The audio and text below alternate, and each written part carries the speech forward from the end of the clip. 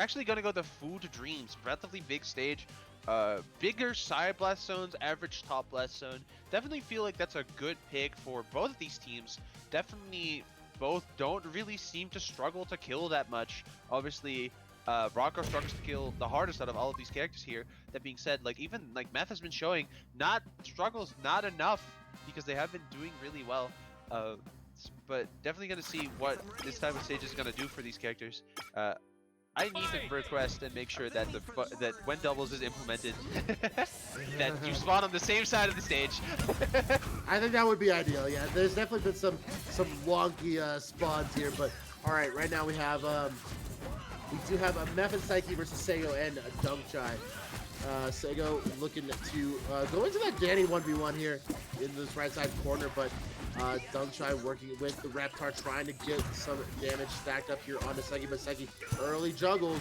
Can they quite seal away the stock? Not quite yet. The Frost Breath is not going to seal away stock, but Mef just kind of getting juggled around here right now. Mef looking a little worse for him, but will manage to hold down their space here. Duke it out with the Reptar, push it out, and completely level off the stage control in the favor of Mef and Seggo. Yeah, I was about to mention both DunkChai and Seggo are actually significantly now damage-wise, now actually being clawed back up again slowly. Raptor already losing the stock, you know, being really heavy, but they were already at 150, getting hit by a good strong attack. That being said, they're clawing it back slowly. I feel like one good hit on either character is in a good spot. Oh, actually, Seggo, I don't even know if they SD'd. I was not looking at the side of the map. Oh, that's it! And Saiki burning some meter to make that happen. And all of a sudden we do have an extended edgeguard sequence here from Seggo over onto Mef. Mef finally losing their first stock, but 2 stocks down already for the side of DunkChai's Reptar, trying to get something to mitigate these losses, but Saiki's still sitting on a juicy 4 stocks right now.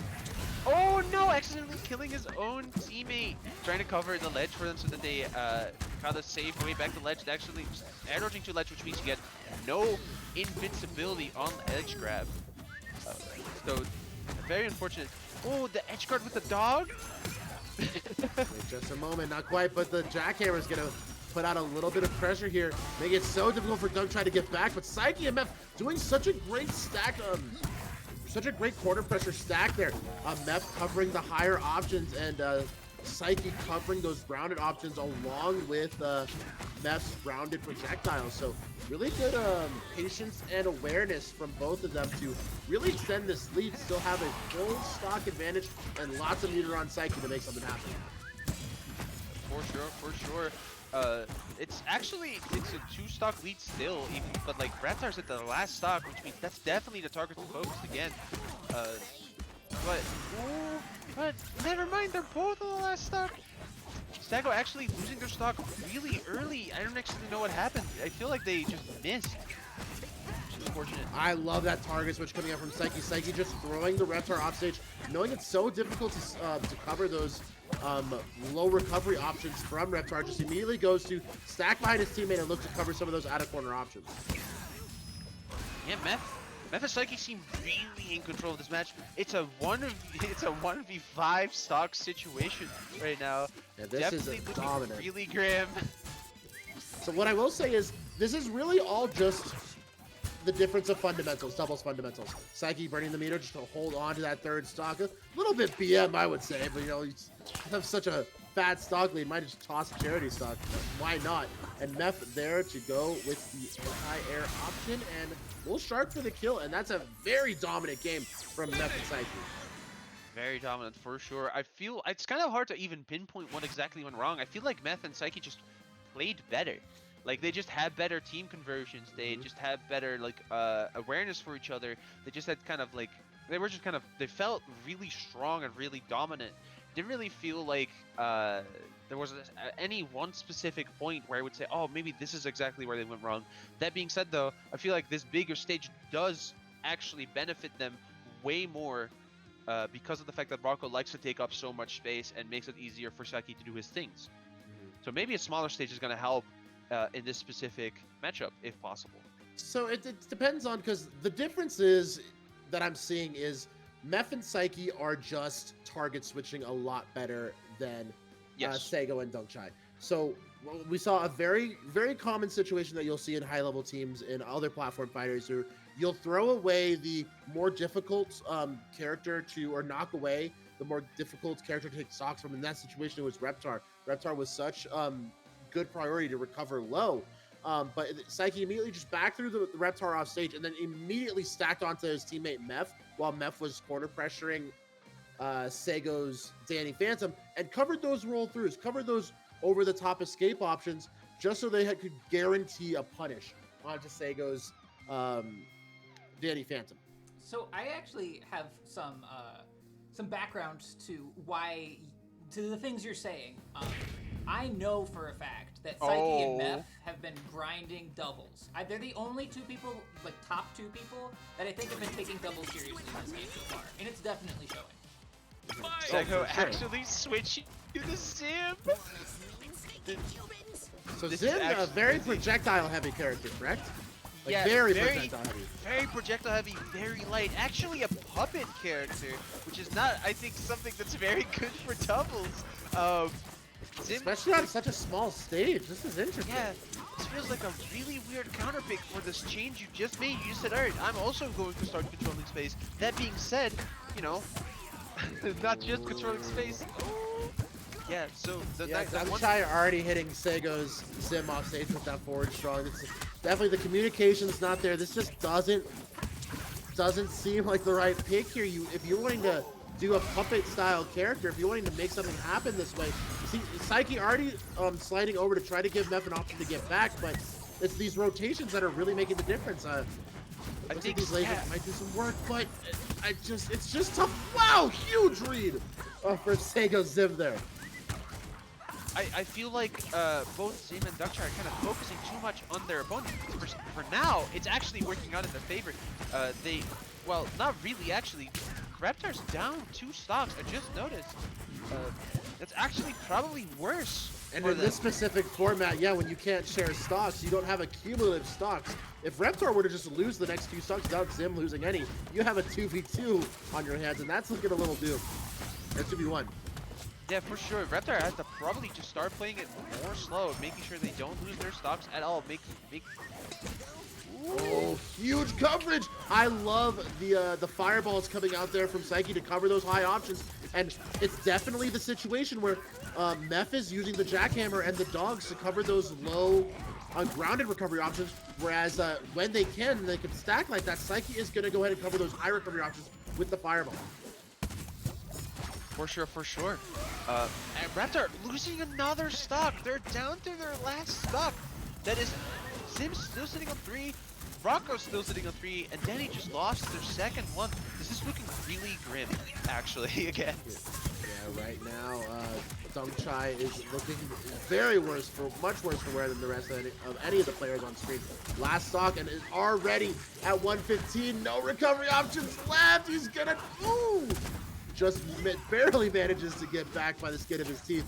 Right now, Reptar looking really tough to play on this situation. That is a huge conversion from Saiki and Mef. Right now, Mef sitting at a clean 2 stocks. Saiki not quite going to lose their second, but right now 3 stocks to 4. And in the 2v1, this is so brutal. Yeah, no, actually, oh my god. Mef accidentally killing. Yeah. So the main thing is that right now, if you ever see Zim use Gur, that means their recovery is so exploitable that 1 weak hit will put them in a horrible position. Oh, great fireballs coming out from Saiki. Like, Zim is so light. Zim's the second lightest character in the game. Will basically die to anything at this point. Definitely still relatively rough. Like, it's kind of hard to say. But like Seggo's actually kind of holding his own, taking too much damage though. I feel like both these players are trying to get the same thing, like both diving up stage to try to get the edge guard. All right, 4th throw should do it. Saiki sitting on 1 stock, so best case scenario if you are Seggo is you just try to gimp, you try to take the Saiki stock as quickly as possible and make this a 1v1 match. Yeah, but Seggo seemed to focus on Rocco. Rocco actually dying. Not out of the cards yet. It's looking kind of doable right now. Oh my god, Seggo on the Zim! talked with Seggo the other day. He says, my sim is built different. This is the time for him to shine. It's time for him to show how his sim is actually built. Definitely been keeping up really well. Living up really high. Wait a minute. Rocco's No, dead. Rocco's dead. Wait. Okay, Saiki. Saiki with a big read. Potentially can convert on his edge Yeah, guard. that should do it. That's good. All right, last stock situation. This was from the 2v2 position. So dominant for Saiki and mef, but all of a sudden, maybe Seggo's Zim just needs to enter by himself. The 2v1, yeah, entering 2v1 practice by himself. The 2v1 legend, and that's gonna do it for them. DI out. Wow, what a comeback coming out there from Seggo. Wow, that's actually insane. Seggo taking 4 stocks in 2v1 situation. Even with the fact that he still had 3 left, that is kind of insane if you ask me. Like, that is an insane show of dominance. We were talking before how it felt like Saiki and mef were so dominant all throughout both the 2 matches they've played so far. That being said, Seggo said, nah, actually, I'm the dominant one, and started actually running all over them. I feel like they kind of lost traction of like how they wanted to play. They might have felt a little bit too cocky about the fact there was a 2v1 situation so early on, and actually might have misplayed. That being said, it still was a really close game. I definitely think we're gonna see more of the Zim into the rest of the set. Yeah, I think the Zim might be the pick. It had so much agency. Being able to cover a lot of those lengthy recovery options with those high-flying lasers and projectiles. I think it just made Saiki and mef have to respect those that projectile game. But I think that it really just comes down to, can DunkChai just hold it down in center stage, be a constant threat in the center, just peel and keep those 1v1 situations as prevalent as possible, and then isolate and set up those extended edge guard sequences that we saw from Seggo and saw in dominant fashion from Seggo.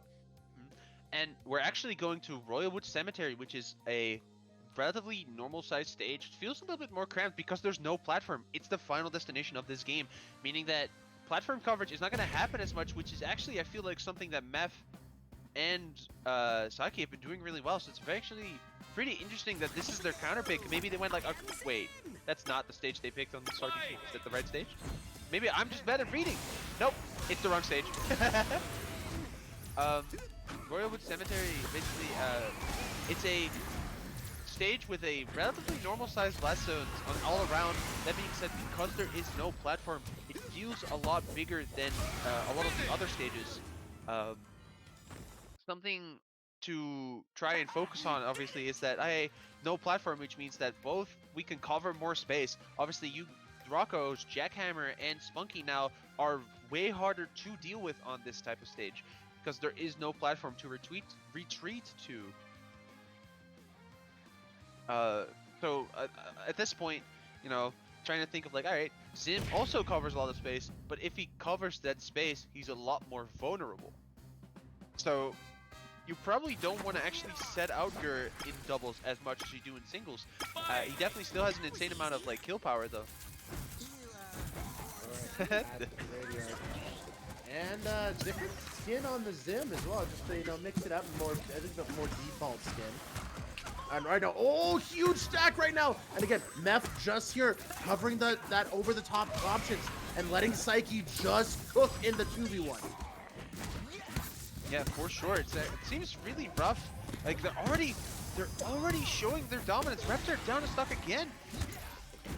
Oh, And wait a minute. also lost their stock early. It's very Almost losing their stock on Saiki as well. So DunkChai striking back, and I'm seeing in the chat that DunkChai's having some controller problems, getting a couple of miscues on some up-tilted up air, so maybe affecting their recovery a little bit. So unfortunate to hear, but hopefully they get that figured out as the set goes on.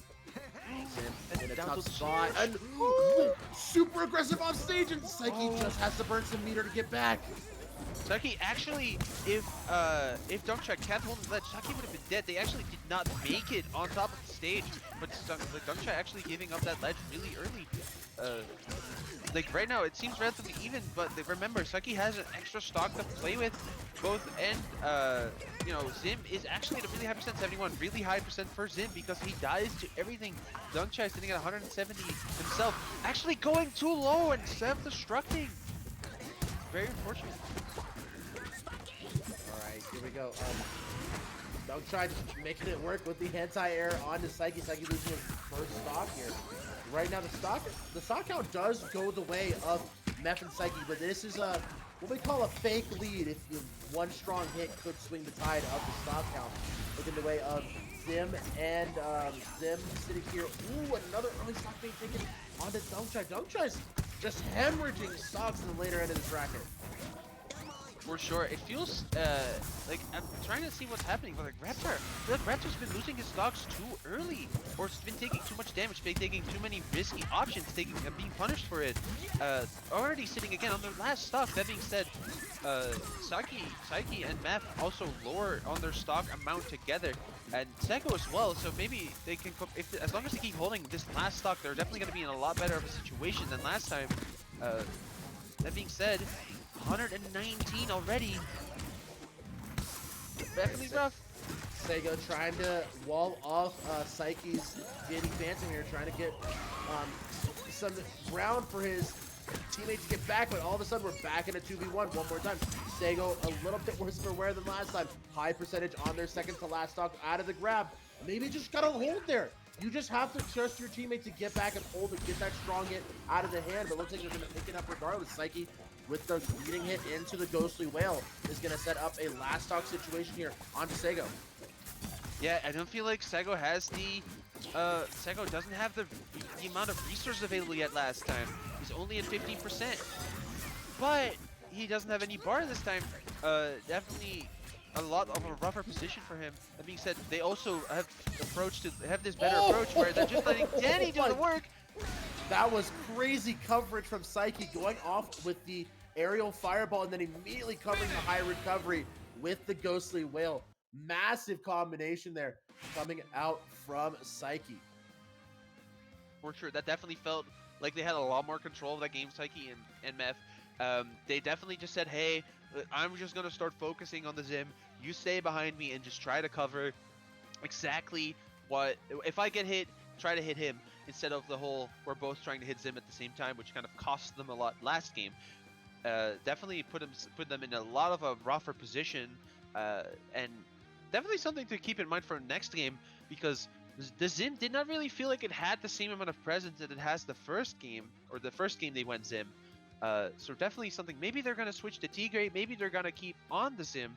I definitely don't expect Danny to come back. I feel like they do want to do something to mix it up though, so gonna have to see how that goes. Alright, we have a 2-1 lead here for Mef and Saiki. Mef and Saiki on the precipice of punching their ticket to grand finals. Really excited to see what kind of counter picks we have, because like we saw the Danny Phantom from Seggo in the past. Wait a minute, Jenny and Garfield. They're going to Jellyfish Fields. Definitely a bigger stage, actually. Again, biggest lessons in the game. Jenny lives in this stage for really long, and she has so much skill power that it really doesn't matter that these blast zones are really big. So as long as they can put themselves in this really great position, Jenny is actually a great pick for this stage. That being said, Reptar is gone, which means they did lose that kill power there, but going to the Garfield, which can definitely also kill relatively well, making sure that their team is actually more balanced, less damage oriented, but more survivability oriented. Yeah, I'm really interested to see is like how much more aggressive DunkChai can be here on the Garfield, especially saying that they were really just hemorrhaging stocks, being that they were messing up their recovery options. I know that Garfield has a little bit more liberal on their way to get back to stage, so hoping that that can mitigate some of those problems. Yeah, but they're already sitting at these really high percentage, 133, 130, 145. Meanwhile, Saiki and Mef sitting still at their low percentages, or relatively low percentages. Nothing out of the gate yet, but DunkChai already losing their first stock. Alright, finding ourselves back into center stage here. Saiki gets caught on the tech trap. Great coverage coming out there from Seggo. And gets a strong hit on there, and that's going to do it for Jenny's first stock. Yeah, definitely. I feel like they traded a bit too much of their kill power and their damage output in like letting the Reptar go. That being said, you know, still really good big moves that can mess up your the other team's positioning, and also really good survivability characters. That being said, they're not really doing as much neutral control as they have right now. Definitely it's noticeable that they're not as comfortable on these character picks together. Yeah, it's DunkChai having a little bit trouble operating in center stage here. Does have to burn the meter to cancel out that knockback. 159%, any meaningful hit is going to increase that stock advantage here. Saiki still holding on to all 4 stocks right now. Will, burn the meter to hold on to 4 stocks, maximizing their lead in this moment. Gets the platform toucher, and great peel, a great clear coming out of the corner. Saiki immediately just jumps in with that jab combo, just trying to, not trying to kill the opponent, but just trying to clear the ledge for Mef to get back and continue to hold on to that relatively healthy third stock. For sure, for sure. That's definitely looks, they definitely make it look a lot more even. That being said, Jenny at 182, it's not a big lead they're holding onto right now, but Jenny needs to make sure to not lose their stock early. Getting fourth there, but Denny though actually dying through it, even though the stage is relatively big. And Garfield barely surviving that edge guard scenario. Mef definitely just making sure that, hey, I'm gonna make sure that Saiki can do everything they want to do to Garfield, because I'm gonna keep the Jenny all the way on the right side. And Saiki actually taking that stock in a very dominant fashion. Garfield down to their last stock. Saiki's still up to 3, and the other 2 are 2 stocks. Definitely a really great control on Mef and Saiki's end. Yeah, 5-3, definitely looking a little doomed if you're on the side of DunkChai and Seggo, and a massive combination coming out from Saiki to take another early one onto Seggo's Jenny here. Jenny For sure. charging down through into center stage. Saiki there to break up the sequence. Mef holding it down. Great pogo. Pushing Jenny out. No jump. And that's going to be a really early kill on Jenny. All of a sudden, 138 and a dream. I'm sorry, are we about to see the Task Garfield come out? Or no, we're just going to call it. Both Jenny and Garfield SDing their final stock. They both threw out a move when they just had to recover. Very unfortunate to see, but still great performance in this winners finals. Both players were like so dominant. Like both of them were just like, I feel like there was so much going on, so much like actual good teamwork. Definitely Saiki and Mef, you can see that they're, you know, a lot more used to this doubles mindset in this game. Definitely being able to cover each other better, but Seggo and DunkChai definitely still putting up an amazing fight so far. Right now we have, we're getting set up for losers semifinals. The set of Fumblin and Cap versus Apache Gaming and Combo Man currently in game 5. So we have potential 1, 2, 3, maybe even 4 sets for you for the rest of doubles.